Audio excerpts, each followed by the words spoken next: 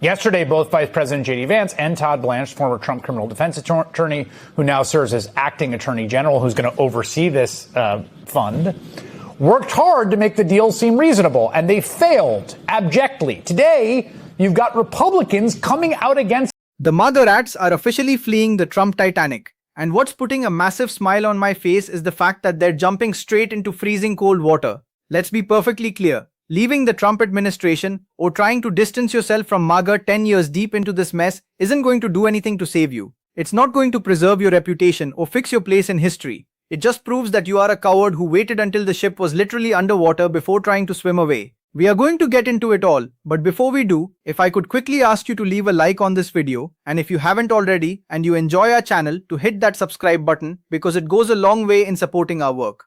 Now regardless, people are jumping ship and it is tearing the entire movement apart from the inside. And honestly, I'm going to enjoy every single second of it. That is exactly what we're going to do in this video. Witness the collapse. We've got MAGA cultists fighting with Trump, MAGA influencers starting beef with J.D. Vance, and of course the resignations.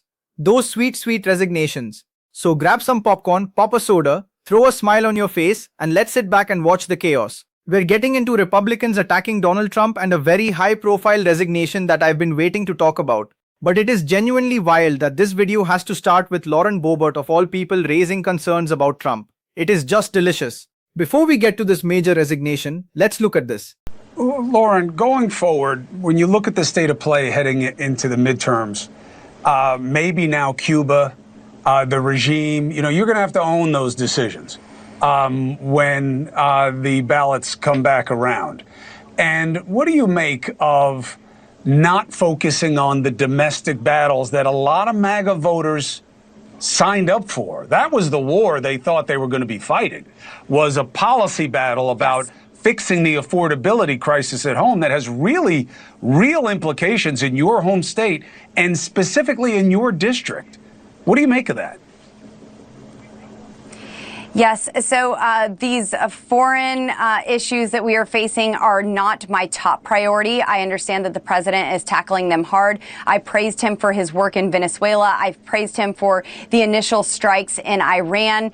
And it's really tough to defend all the aspects of this war with Iran currently, especially when we see the Secretary of War doing campaign events in Kentucky, of all places, in the middle of a war. That's really difficult to grasp. Oh, is that right, Lauren? Suddenly it's not so great? It's not exactly easy defending Donald Trump while he's abusing innocent people abroad and, let's be real, sending Americans to die on behalf of Israel.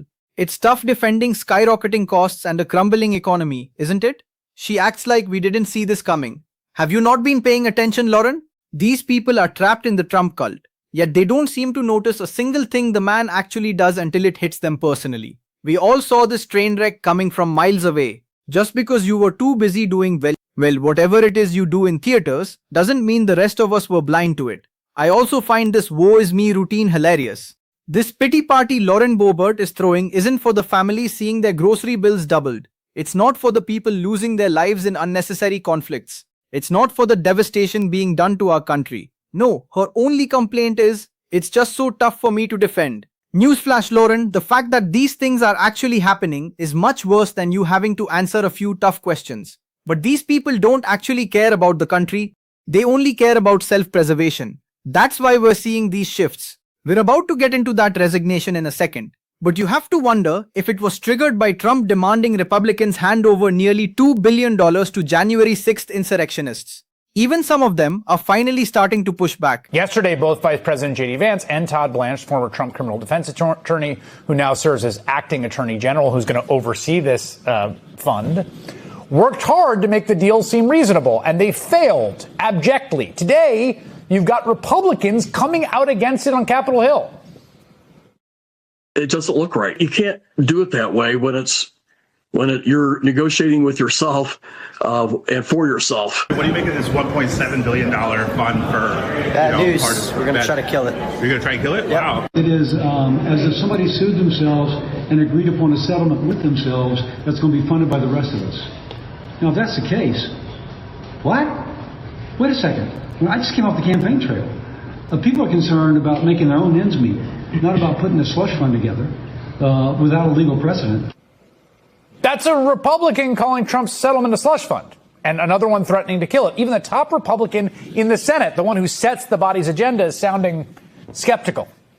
Now, let's be crystal clear about what's happening here. Republicans aren't pushing back against this slush fund for violent insurrectionists, which is essentially a payoff for Donald Trump's private standing army because they've suddenly found a moral compass. They didn't just wake up and decide that the January 6th insurrection was a stain on our history or morally depraved. No, they were fully on board with the chaos. The real reason they're hesitating? They just don't want to be forced to vote for it because they know it is toxic and politically unpopular. We have finally reached a critical mass where it is now more damaging for a Republican to vote in favor of Trump's unhinged agenda than it is to deal with Trump attacking them for daring to say no. On calling it nonsense is honestly underselling the gravity of what he's doing here. This is exactly what Donald Trump should be terrified of. Republicans in Congress finally realizing he's a sinking ship and choosing to abandon him. And look, it's not just happening on Capitol Hill, it's happening in the media too, where Trump's most loyal mouthpieces, the ones who usually live at the Fox propaganda machine or over at the Daily Wire, are watching as their entire ecosystem starts to fall apart. Journalist Ken Klippenstein, and I'd say great journalist Ken Klippenstein, reports the CEO of the Daily Wire, Ben Shapiro's company, just resigned. Guess the Daily Wire, which just saw mass layoffs, is now seeing its CEO exit stage, right? Now look, I'm not claiming to be some legendary business genius. Or maybe I am, who knows?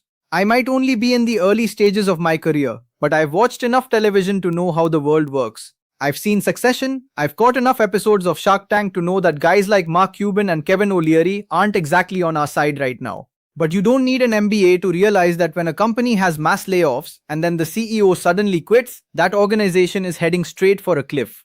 And this is exactly what's happening over at the Daily Wire. It comes at the same time Ben Shapiro is struggling to even crack 20,000 views on a YouTube video. Think about that. Ben Shapiro has something like 14 million subscribers, yet he's losing more followers than he's gaining. Why? Because of his undying, obsessive devotion to Israel above everything else. Honestly, it sounds a lot like Donald Trump losing his own base because of a total commitment to the Israel lobby that funds him. Ben Shapiro can barely pull in numbers anymore. Meanwhile, if you look at our last few videos on this channel, which is obviously much smaller, we've been outperforming Ben Shapiro's reach. So as the CEO of this operation, I can promise you I won't be resigning anytime soon. I hope that's good news for you all. But this shock resignation from the CEO of the Daily Wire is a massive signal. MAGA media is imploding. The Republican Congress is falling apart. So how are they going to keep the propaganda machine running heading into the midterms? Jesse Waters can only spew so much garbage before it stops sticking. And when he does try, he usually gets shut down by Jessica Tarlov, which provided us with another perfect look into the current state of MAGA desperation. Let's take a look. Yeah, well, what he's saying is that Republicans are talking about the great night that they had, and President Trump did have a good night in terms of his endorsements. I want to unpack what happened in some of these races.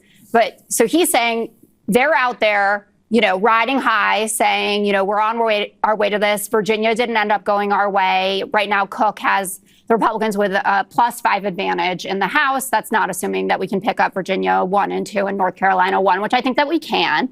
But he's saying, we got to bring this back down to earth and let's talk about the facts on the ground, which is not that Democrats are spiraling, but that we have, according to the latest polling the last 2 days, Quinnipiac and the New York Times, a 10+ point advantage on the generic ballot. President Trump is at a 34% approval rating in the Quinnipiac poll, and he's underwater 18 points with independents. So last night, he can feel really good about what happened with Thomas Massie, but that district was a Trump plus 35, and they only won by 10 points, and they had to spend $35 million on it. It usually costs $100,000 to $500,000 to win a primary. $35 million, tens of millions of dollars coming in from outside groups. I was astounded by this. You watch the parties at the end of the night. Thomas Massie's party, packed. Ed Gelrain, is that how you pronounce it? Has nobody there, no state lawmakers. He got 70 donors in total from Kentucky, whereas Thomas Massie had over 1,500 donations. This was about outside money and Donald Trump going after him, and he didn't even win as big as he should have.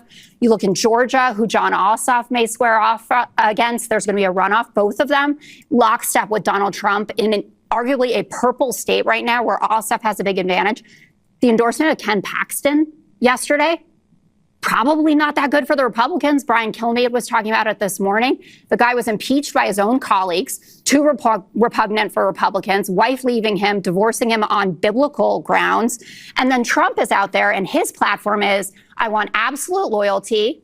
I want to trade stocks, make hundreds of millions of dollars. I want my 1776 fund to make sure Jay's Sixers, get the money that they're owed. I want immunity for me and my family from an audit forevermore. His kids are making tons of money. That's not a compelling platform. This is your healthcare plan. This is like, I want to get rich and I don't care that you are poorer. So that's what last night told me. Wow. What Thomas Massie articulated in what was a disappointing, but I believe still very significant loss, yes, there are such things as good losses, is that the MAGA coalition has fundamentally shifted on a generational level.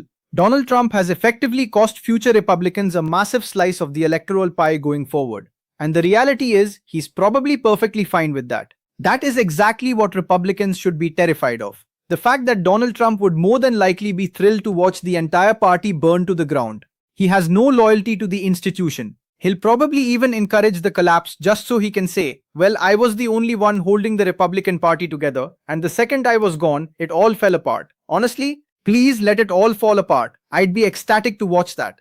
But what Thomas Massie is trying to say is just as much a consolation for his own defeat as it is a dire warning to his fellow Republicans that the wheels are finally coming off. The whole charade is wrapping up. He may have taken a loss, a close one, a good one, but it still signals that we are approaching the end of this era. Just listen to how he described the future, right here. And it has all along, but why am I hopeful right now? Because if you looked at the crosstab in the polling, and I'm sure if we had exit polling, it would show the same thing. We have the younger demographic.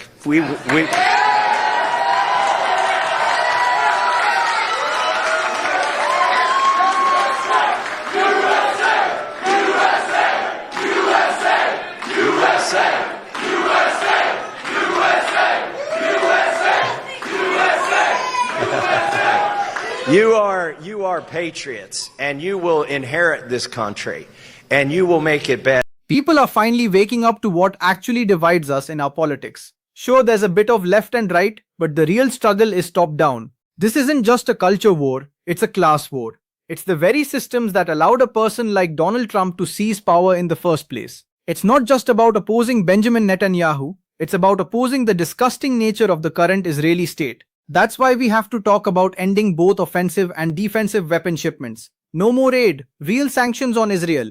Those are the only solutions that actually address the core problem.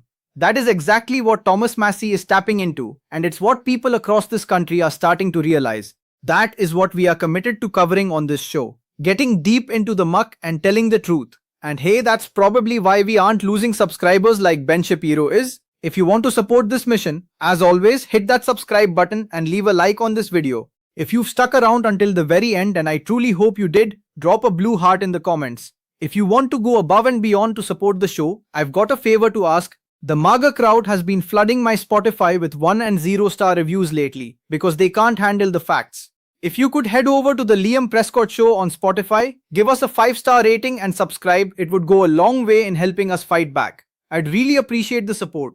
Keep on fighting, y'all. Don't let them silence you. And until next time, I'm Liam Prescott, and I'll see you soon.